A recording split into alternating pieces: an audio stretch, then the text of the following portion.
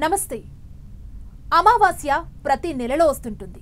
ఎన్నో అమావాస్యలు వస్తుంటాయి. కాకపోతే సోమావతి అమావాస్య చాలా ప్రత్యేకం. సోమావతి అమావాస్య అంటే ఏంటి? ఈ రోజు విశిష్టత ఏంటి? సోమావతి అమావాస్య రోజు ఎలాంటి పూజా కార్యక్రమాలు చేపట్టాలో తెలియచేయడానికి మనతో పాటు ఉన్నారు బ్రహ్మశ్రీ ప్రముఖ జ్యోతిష్యులు నందిబట్ల శ్రీహరి శర్మ గారు. వారితో మాట్లాడి మరిన్ని సలహాలు సూచనలు తెలుసుకుందాం. నమస్తే గురుగారు. వాగర్థావివ సంపృక్తౌ వాగర్థ ప్రతిపత్తయే జగతః పితరౌ వందే పార్వతీ పరమేశ్వరౌ సదాశివసమారంభాం శంకరాచార్య మధ్యమాం అస్మదాచార్యపర్యంతం వందే గురుపరంపరాం ఆదిత్యాయ చ సోమాయ మంగళాయ బుధాయ చ గురుశుక్రశనిభ్యశ్చ రాహవే కేతవే నమః. శృంగేరి పీఠాధిపతులకి కంచి పీఠాధిపతులకి నమస్కారములు తెలియజేసుకుంటూ కార్యక్రమాన్ని ప్రారంభిద్దాం. గురుగారు, సోమావతి అమావాస్య అంటే ఏంటి అని చాలా మందిలో డౌట్ ఉంది. సోమావతి అమావాస్య విశిష్టత ఏంటి? ఏవైనా పనులు మొదలు పెట్టాక అవి నెరవేరకపోతే ఈ రోజు ఎలాంటి పూజా కార్యక్రమాలు చేయడం వల్ల అవి ఫలిస్తాయి? సోమవతి అమావాస్య సెప్టెంబర్ 2వ తారీఖు రోజున వస్తున్నటువంటిది. అయితే అమావాస్యలు సాధారణంగా ప్రతి వారంలో ఏదో ఒక వారం వస్తూ ఉంటుందమ్మా. ప్రత్యేకమైనటువంటి అమావాస్యలు మూడిటిగా చెప్పబడ్డాయి. ఒకటి భౌమావాస్య, ఆదివారం అమావాస్య, సోమవతి అమావాస్య. భౌమావాస్య అనేటువంటిది అమ్మవారి యొక్క అనుగ్రహం కోసం చేసేటువంటిది భౌమావాస్య. అలాగే కొంత దేవతానుగ్రహం పొందడం కోసం చేసేటువంటి ప్రత్యేకమైనటువంటి కామ్యకర్మల కోసం చేసుకునేటువంటిది. ఇక ఆదివారము అమావాస్య వచ్చిందనంటే గ్రహణ కాలంతో సమానమైనటువంటి తిథి కాబట్టి ఆ రోజున ప్రకృతిలో ఉన్నటువంటి సిద్ధశక్తులని ప్రేరేపించడానికి, ప్రకృతిలో ఉన్నటువంటి సిద్ధశక్తులని సొంతం చేసుకోవడానికి ఉపయోగించుకునేటువంటి ఆదివారం అమావాస్య. సోమవారము అమావాస్య వచ్చిందనంటే ప్రత్యేకమైనటువంటిది. అంటే ఎందుకు చెప్పబడి ఉందనంటే సాధారణంగా అమావాస్య వచ్చిందనంటే చంద్రుడు కనబడడు. కేవలం సూర్యుడు మాత్రమే ఆ రోజంతా ఉంటాడు, ఉదయం నుంచి సూర్యాస్తమయం వరకు. కానీ రాత్రిపూట చంద్రుడు కనబడడు. కానీ చంద్రునికి వారమైనటువంటి సోమవారం రోజున అమావాస్య రావడం, దానిని సోమవతి అమావాస్య పేరులోనే మనకు చంద్రుడికి ఈ అమావాస్యకి ఏదో సంబంధం ఉన్నట్టుగా మనకు గోచరమవుతుంది. దీనికి గల పురాణగాథను కనుక మనం తెలియచేసుకున్నట్లయితే, దక్షుడు యజ్ఞం చేస్తున్నాడని తెలుసుకున్నటువంటి ఆ పార్వతీదేవి భర్త అయినటువంటి శంకరుల వారు ఎంత వద్దని చెప్పినా వారించకుండా నా తండ్రి దగ్గరికి నేను వెళతానని చెప్పి పట్టుబట్టి మంకుతనంతో ఆ దక్ష యజ్ఞానికి బయలుదేరుతుంది. అక్కడ పిలవని పేరంటంలా వచ్చినావు అని చెప్పి ఆ దక్షుడు, దక్షుని భార్య అనగా తల్లి తండ్రులు, చెల్లెళ్ళు, అక్కలు ఎవ్వరూ కూడా ఆమెను గౌరవించరు. అంతటా ఆమెను గౌరవించకపోగా కట్టుకున్న భర్తని అవమానంతో మాట్లాడేసేసరికి తట్టుకోలేక అవమాన భారంతో తిరిగి భర్త వద్దన్నా వినకుండా నేను ఈ యొక్క యజ్ఞానికి వచ్చాను, భర్తకి నేను మొహం చూపించుకోలేననే ఒక పరాభవం చెందినటువంటి ఆ సతీదేవి అగ్నికి ఆహుతి అయిపోతుంది, తనని తాను కాల్చుకొని. ఈ విషయం తెలుసుకున్నటువంటి శంకర భగవానుల వారు చాలా ఉగ్రరూపాన్ని పొంది ప్రళయ తాండవ నృత్యాన్ని చేస్తున్నటువంటి సందర్భంలో జటాజూటం నుంచి తన యొక్క అనంగుడిని సృష్టించాడు, వీరభద్రుడిని సృష్టించాడు. ఆ వీరభద్రుని యొక్క సృష్టికి మూల కారణం ఏంటనంటే దక్ష సంహారము, దక్షయజ్ఞ సంహారము జరగడం. కాబట్టి వెనువెంటనే దక్షయజ్ఞ ప్రదేశానికి చేరుకున్నాడు. ఆ దక్షయజ్ఞ ప్రదేశంలో ఎవరెవరున్నారు? దక్షుడు, ఇతర దేవతలందరూ ఉన్నారు, సూర్యుడు, చంద్రుడు కూడా ఉన్నాడు. కాబట్టి ఇక్కడ చంద్రుడు ఎవరయ్యానంటే ఈశ్వరుడికి సాక్షాత్తు తోడలుడు. అంటే దక్షుని కుమార్తెలైనటువంటి 27 కుమార్తెల్ని పెళ్లి చేసుకున్నాడు. అవే 27 నక్షత్రాలు. దక్షునికి పెద్ద కూతురు సతీదేవి శంకర్ల వారు చేసుకున్నాడు. కాబట్టి ఇక ప్రత్యక్షంగా షడ్డకులే.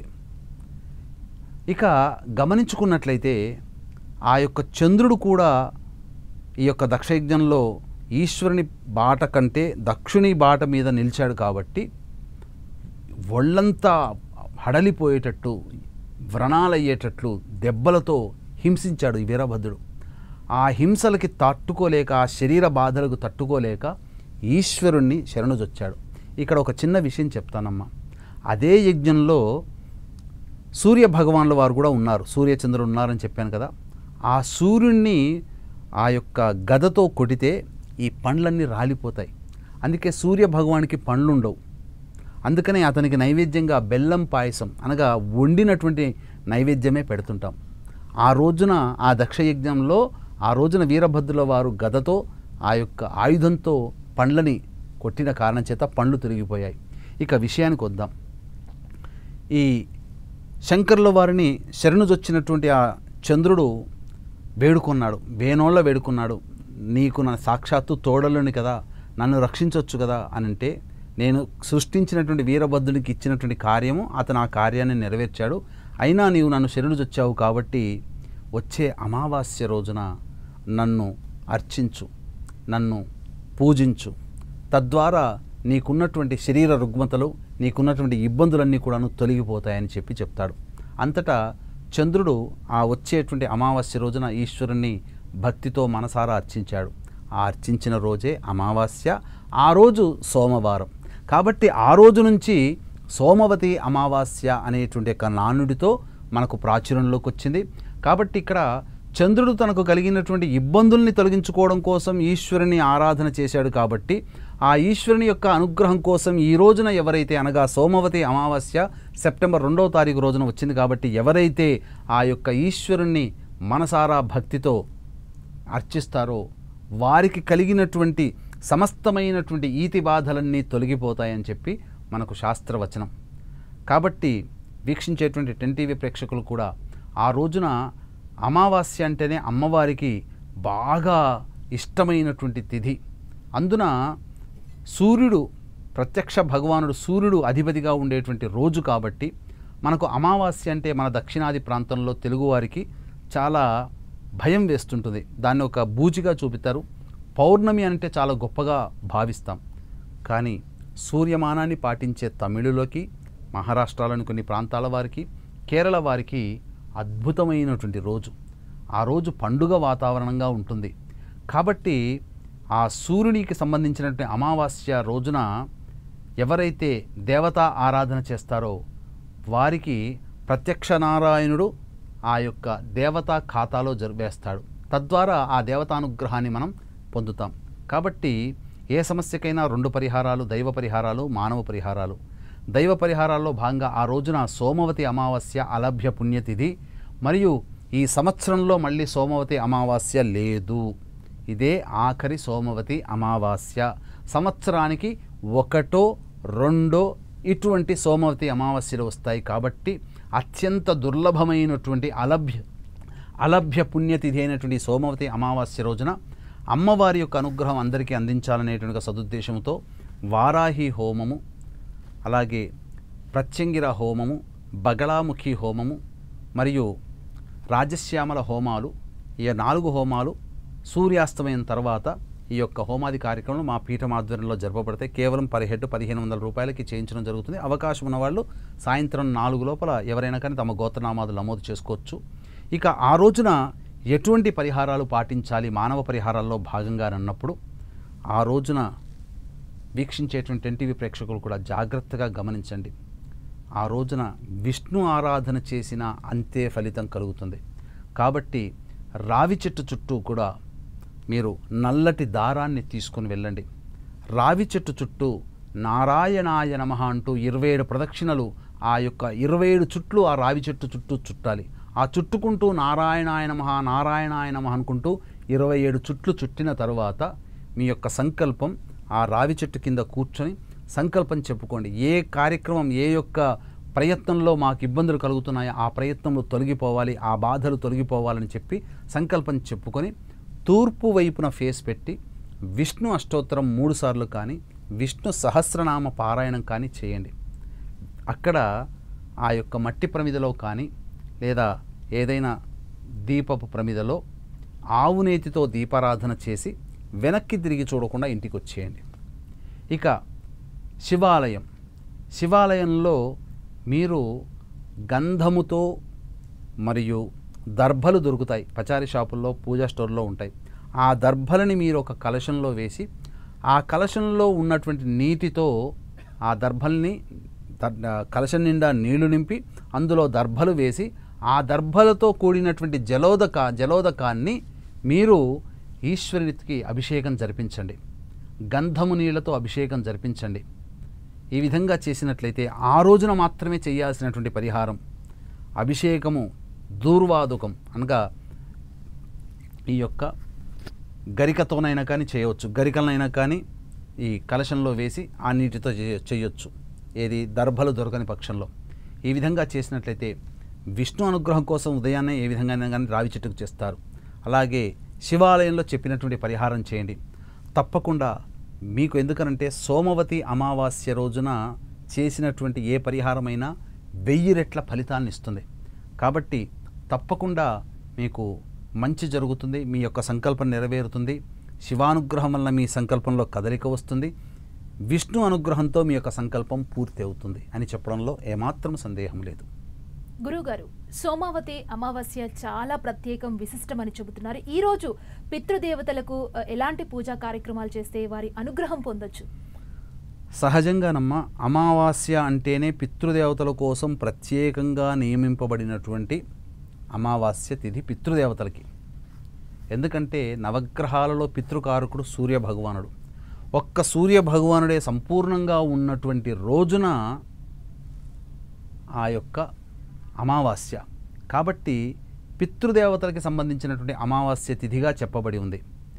అయితే ఈ సెప్టెంబర్ 2వ తారీఖు రోజున వచ్చేటువంటి సోమవతి అమావాస్యకి చాలా విశిష్టత ఉంది. ఎందుకనంటే అమావాస్య రోజున సహజంగా ఏదో ఒక నక్షత్రంతో కూడుకొని వస్తుంది. కానీ ఆ 2వ తారీఖు రోజున ఉన్నటువంటి నక్షత్రం ఏంటనంటే మఖా నక్షత్రం ఉంది. మఖా నక్షత్రానికి అధిపతి ఎవరు? పితృదేవతలు.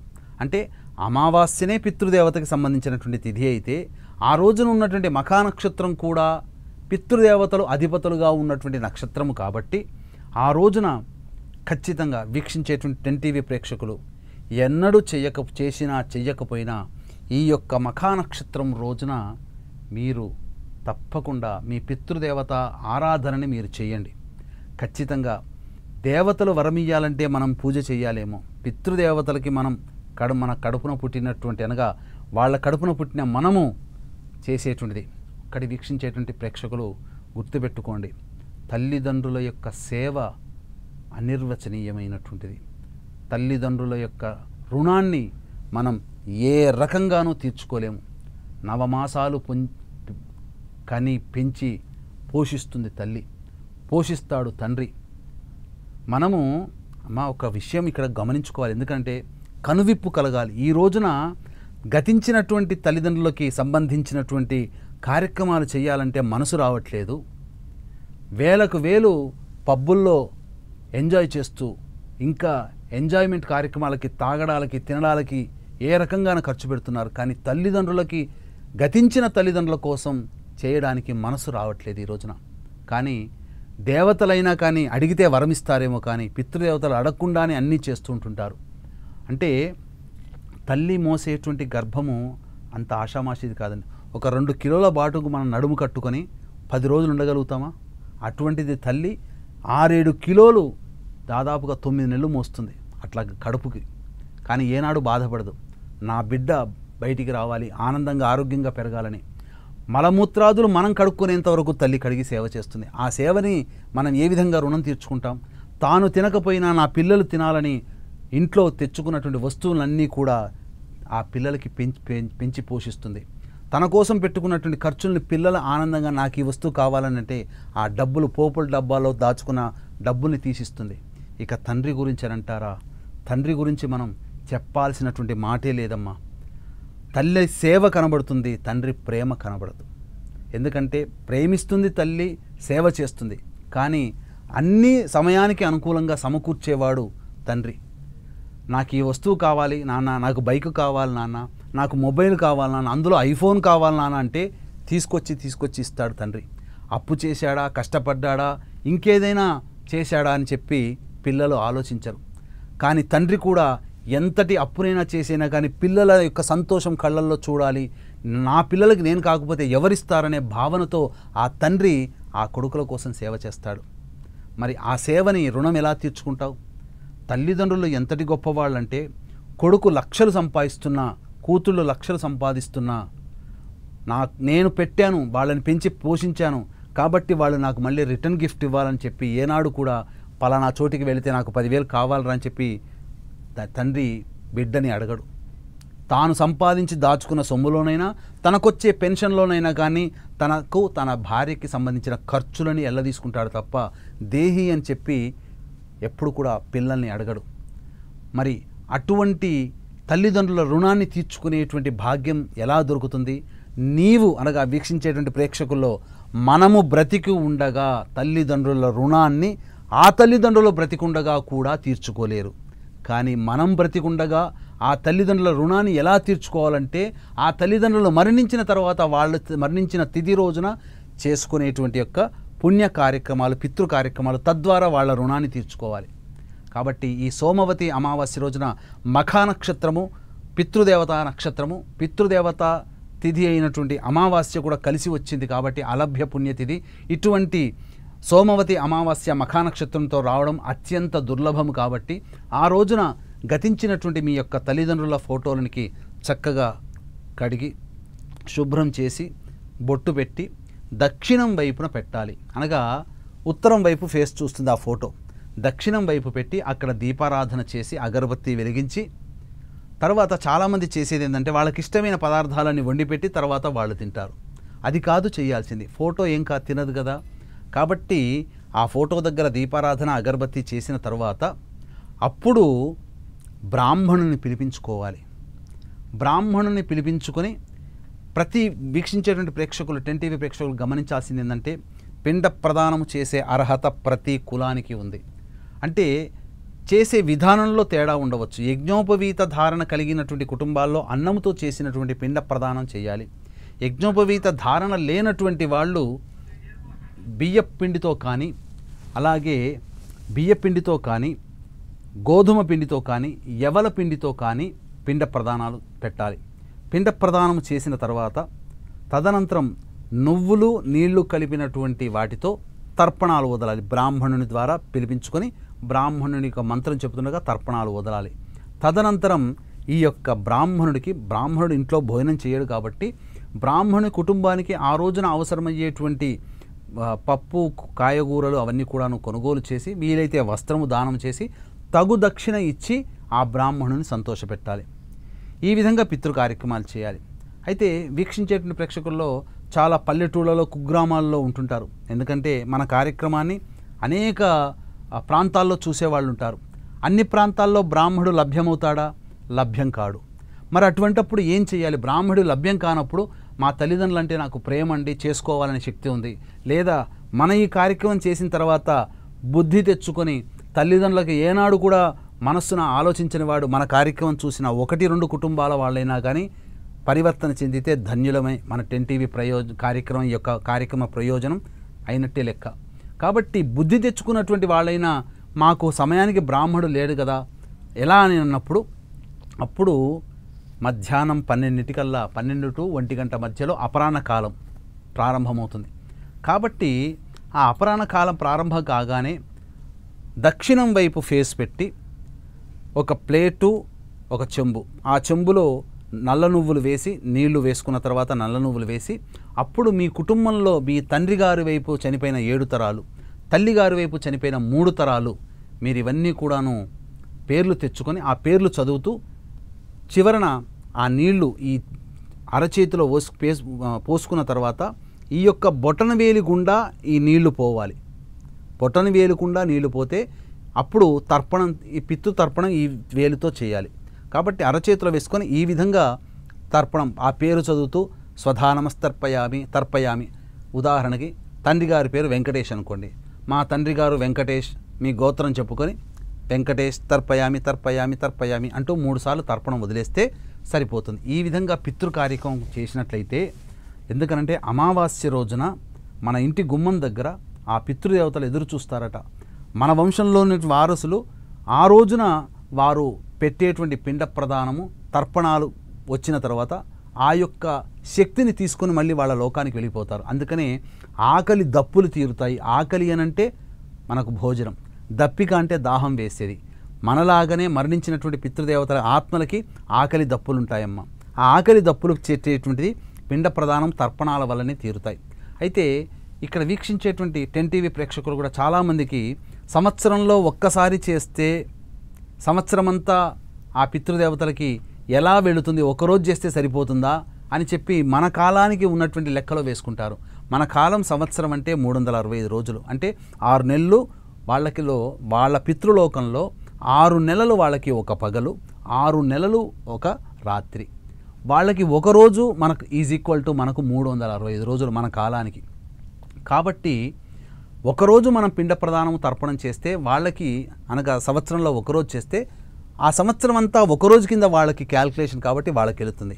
అంటే మరి మరణించిన వాళ్ళందరూ స్వర్గలోకంలో నరకం లోకంలో ఉంటారా, మళ్ళీ ఎక్కడ ఉండరా, మరి వాళ్ళకి ఎలా వెళుతుంది అని అంటారు. అంటే ఇక్కడ గమనించాల్సింది ఏంటంటే మరణించిన తర్వాత మళ్ళీ పుట్టడం సహజం, మళ్ళీ పుట్టిన వాళ్ళు మరణించక తప్పదు. కాబట్టి ఇప్పుడు మానవ జన్మ ఎత్తుంటారు మన తల్లిదండ్రులు లేదా మన బంధువులు, మళ్ళీ వచ్చే జన్మలంటూ ఎత్తినప్పుడు అది ఏ జన్మ ఎత్తుంటారో తెలియదు. సరీసృపాలుగా ఎక్కవచ్చు, చేపలుగా ఎక్కవచ్చు, జంతువులుగా జన్మించవచ్చు, ఇంకా ఏ రకమైనటువంటి జీవినైనా కానీ పుట్టవచ్చు. కాబట్టి మనం ఒకరోజు చేసేటువంటి పిండ ప్రదానం తర్పణాలు ఏవైతే ఉంటాయో అవి వాళ్ళకి ఆహారంలో మార్పు చెందుతుంది. ఉదాహరణకి ఒక ఆవుగా జన్మించారు అని అనుకుందాం. ఆ ఆవుకి ఆ సంవత్సరం మొత్తం కూడా గడ్డి దొరుకుతుంది. లేదు ఒక చేపగా జన్మించారనుకుందాం, ఆ సంవత్సరం మొత్తం కూడా ఆ నీటిలో తగు ఆహారం వాళ్ళకి దొరుకుతుంది. కాబట్టి ఈ రోజున మనము ఈ రోడ్డు పక్కన, అలాగే ఈ రైల్వే ట్రాకుల దగ్గర ఉంటారు కొంతమంది, భోజనానికి అలమటిస్తూ ఉంటుంటారు. అంటే వాళ్ళకి తినడానికి తిండి ఉండదు, కట్టుకోవడానికి బట్టలు ఉండవు. ఇవన్నీ ఉండవు అని అన్నప్పుడు వాళ్ళకి ఎందుకు ఈ ఆకలితో దుర్భిక్షను అనుభవిస్తున్నారంటే వీళ్ళు ఈ జన్మలో మానవులుగా పుట్టారు, అంతకుముందు మళ్ళీ జన్మలో మానవులుగా పుట్టుంటారు. ఎక్కడో ప్రదేశంలో ఎవరి వంశంలోనో ఎవరి కడుపునో పుట్టుంటారు.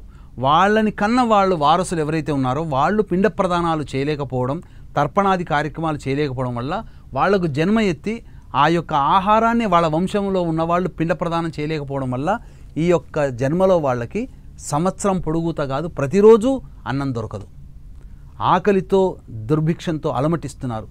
అంటే ఏంటనంటే ఈ విధమైనటువంటి స్థితి ఎక్కడ చూస్తుందంటే ఏ యొక్క దేశంలోనైతే ఆకలితో అలమటిస్తున్నటువంటి మనుషులు ఉంటారో వాళ్ళు గత జన్మలలో ఎక్కడో పుట్టుంటారు, వాళ్ళ వారసులు పిండ ప్రదానాలు చేయలేకపోవడం వల్ల వాళ్ళకి కలిగేటువంటి దౌర్భాగ్య స్థితి ఇది అని చెప్పవచ్చు. కాబట్టి ఇకనైనా కానీ మనము ఈనాడు శాశ్వతం కాకపోవచ్చు, మనం ఏ రోజో ఒకరోజు ఈ శరీరాన్ని వదిలిపెట్టిపోవాల్సిందే. మళ్ళీ మనం జన్మ ఎత్తినప్పుడు మనకు ఇటువంటి దౌర్భాగ్య స్థితి మన నెక్స్ట్ జన్మలో రాకూడదనంటే మనం చేస్తూ ఉండాలి కార్యక్రమాలు, మనల్ని చూసి మన పిల్లలు చేస్తూ ఉంటారు. ఇది మన దేశ సంస్కృతిలో అంతర్భాగము, ఆచార వ్యవహారాల్లో. కాబట్టి ఈ యొక్క పుణ్యతిథి రోజున అందరూ కూడా గతించినటువంటి తమ తల్లిదండ్రుల యొక్క ఆత్మతృప్తి కోసం ఈ యొక్క పిండ ప్రదాన కార్యక్రమం అనేటిని జరిపించుకోండి. ఈ యొక్క అమావాస్య, సోమవతి అమావాస్య రోజున విశేషమైనటువంటిది, అమ్మవారి యొక్క అనుగ్రహం అందరికీ ఉంటుంది. కాబట్టి ఈ యొక్క అమావాస్య సోమవతి కలిసినటువంటి అలభ్య పుణ్యతిథి, మహా దుర్లభమైనటువంటి సోమవతి అమావాస్య రోజున సాయంకాలం 6 తర్వాత మా పీఠమాధ్వర్యంలో వారాహి మాత హోమము, ప్రత్యంగిర హోమము, బగలాముఖి హోమము, రాజశ్యామల హోమాలు కేవలం పర్ హెడ్ 1500 రూపాయల రుసుముకి చేయించడం జరుగుతుంది. సాయంత్రం 4 గంటల లోపల మీ గోత్రనామాలు నమోదు చేసుకోవచ్చు. అవకాశం ఉన్న వాళ్ళు కార్యక్రమ తదనంతరం కాంటాక్ట్ చేసి పూర్తి వివరాలు తెలుసుకోవచ్చు. ధన్యవాదాలు గురువుగారు. సోమవతి అమావాస్య విశిష్టత, ఆ రోజు ఎలాంటి పూజా విధానాలు చేపట్టాలి, అదేవిధంగా పితృదేవతల అనుగ్రహం పొందాలంటే ఎలాంటి పూజా విధానాల్ని పాటించాలి, ఇలాంటి విషయాల్ని మా టీవీ ప్రేక్షకులకు తెలియజేశారు. ధన్యవాదాలు గురువుగారు. సర్వం శ్రీ ఉమామహేశ్వర పరబ్రహ్మార్పణమస్తు. చూశారు కదా, ఇది వాల్టి సోమవతి అమావాస్యపై ప్రత్యేక కార్యక్రమం. చూస్తూనే ఉండండి 10 TV.